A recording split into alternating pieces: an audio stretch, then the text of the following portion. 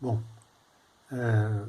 continuando então aqui nosso capítulo 3, a gente já comentou sobre quais são os esforços que ocorrem então no meu motor de combustão interna, né?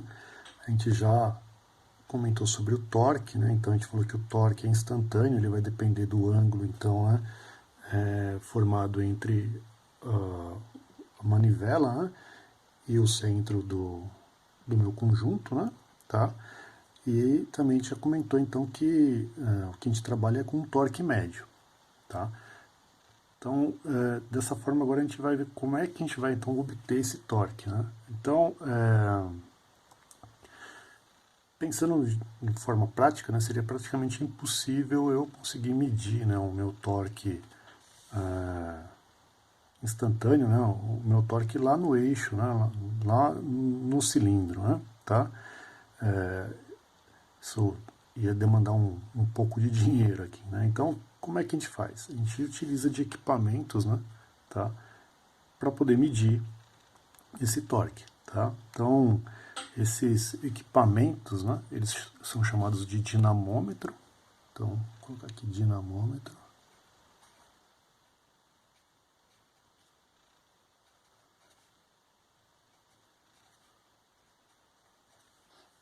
Ok? Tá?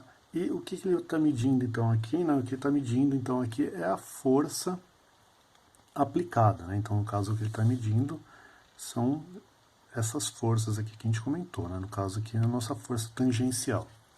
Tá? Esse dinamômetro que eu coloquei aqui, né, é um dinamômetro didático, a gente não utiliza ele para efeito de produção, né, de motores, né, tá? Mas de forma didática ele funciona bem, tá? Esse dinamômetro aqui a gente conhece ele como freio de Prone. Então, vou colocar o nome dele aqui em cima.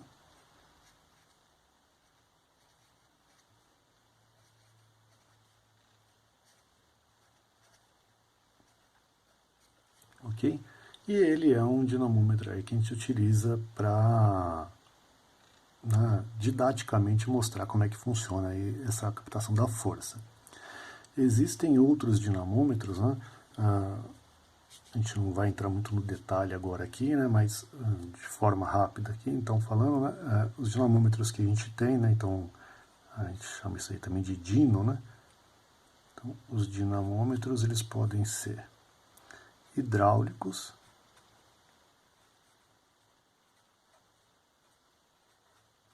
tá? Ou elétricos, tá?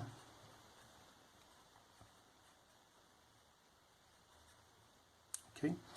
Os dinamômetros hidráulicos, até um tempo atrás, eles também eram utilizados para fazer calibração de motores, então a gente utilizava dos dinamômetros hidráulicos para fazer calibração de motor diesel, né?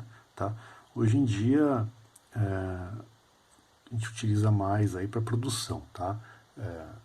Porque você não consegue estabilizar muito bem a rotação do motor, então com isso você fica com uma oscilação de torque, portanto com oscilação de potência, aí os valores não ficam muito exatos, né? E como hoje a gente tem legislação de emissões, né? Então a gente precisa aí de informações mais precisas, né? Tá?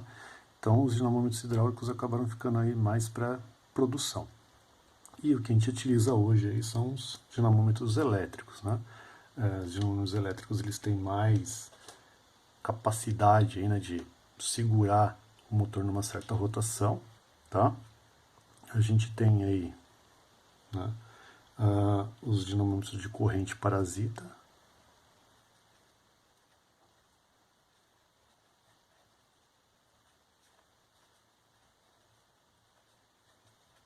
ok? Tá? E tem os dinamômetros aí, que é o que a gente chama de corrente contínua.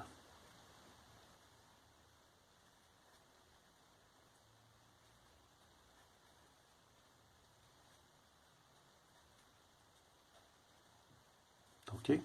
Tá? Nos dinamômetros elétricos, a gente não é capaz de fazer o dinamômetro girar o motor. Tá ok? Tá? Então, o dinamômetro, o motor que vai girar o dinamômetro, assim como no freio de prone. Nos dinamômetros elétricos, a gente consegue desligar o motor e fazer com que o eixo do motor funcione acionado pelo próprio dinamômetro, tá? Então, dinamômetros como o dinamômetro de prone e dinamômetro hidráulico, né, tá? Eles são somente passivos, né? Então, ele é um dinamômetro passivo.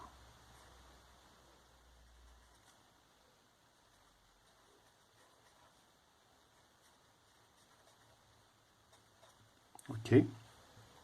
Enquanto os dinamômetros elétricos, tá?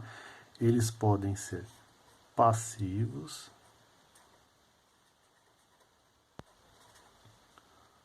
ou ativos.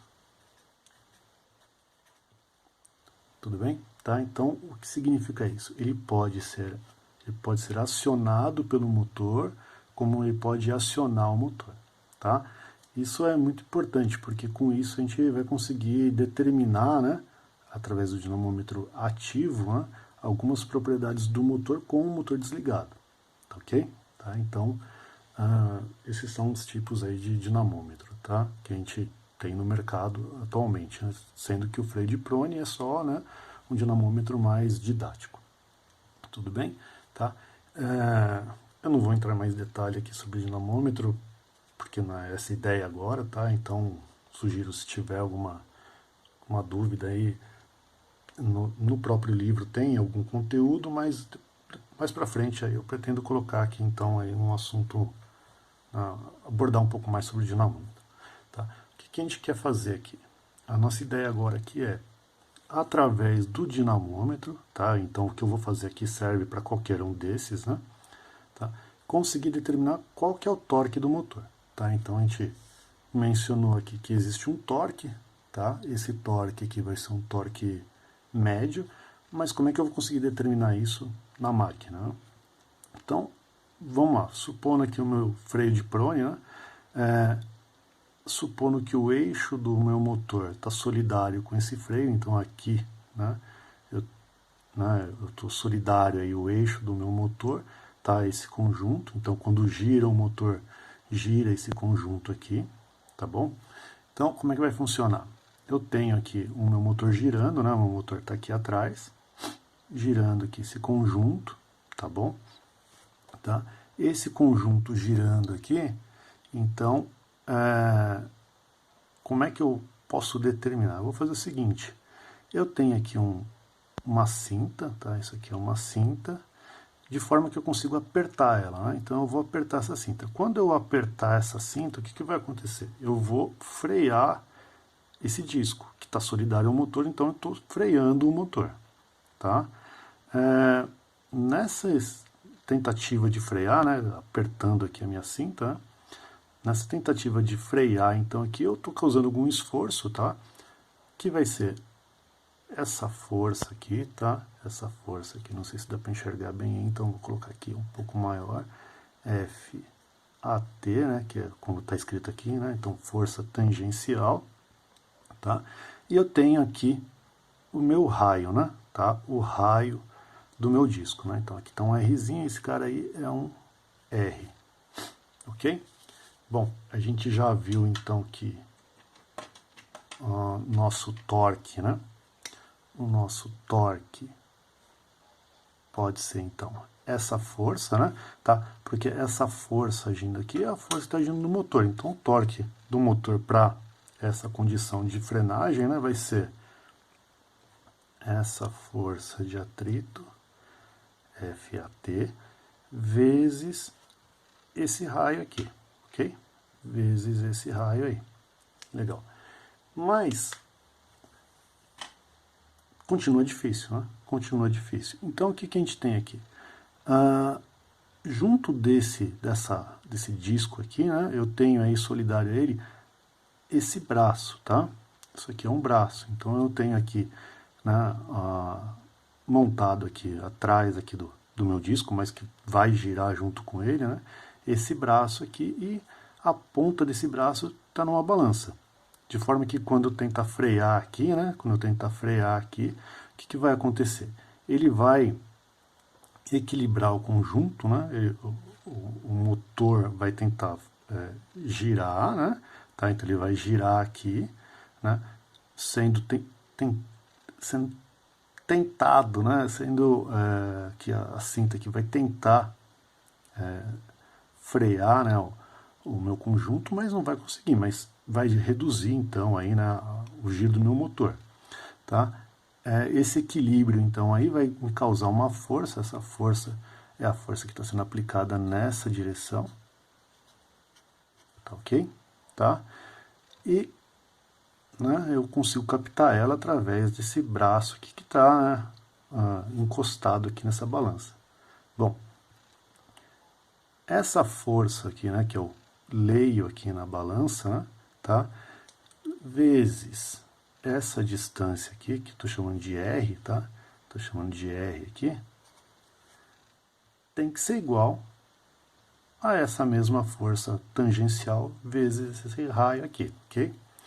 Então fica aqui o meu torque, né? Esse torque aqui que é igual a força tangencial vezes o raio, né? Então a força, aqui está o contrário, né? Tá, só acertar aqui, só porque lá está AT, né? Então minha força tangencial, lá está AT, mas aqui agora eu vou deixar como tan, né? Só para manter aí a nossa nomenclatura, né? Vezes esse raio é igual a essa força dada na balança aqui, vezes o braço, tá? O braço do meu dinamômetro, que estou chamando de R, tá? E isso tudo aqui é torque também.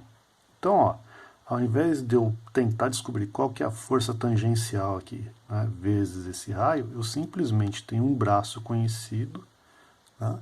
Um braço conhecido vezes, tá, a força que eu leio numa balança qualquer. Tá? Então fica então que o meu torque vai ser igual a força lida na balança vezes o braço, tá, do meu dinamômetro, tá ok? Isso é conhecido como braço de dinamômetro. Então o que eu leio no equipamento aqui é força vezes o braço, que é conhecido, vai ser então o meu torque. E como é que eu vou determinar então a minha potência? Bom, então a minha potência vai ser a minha velocidade angular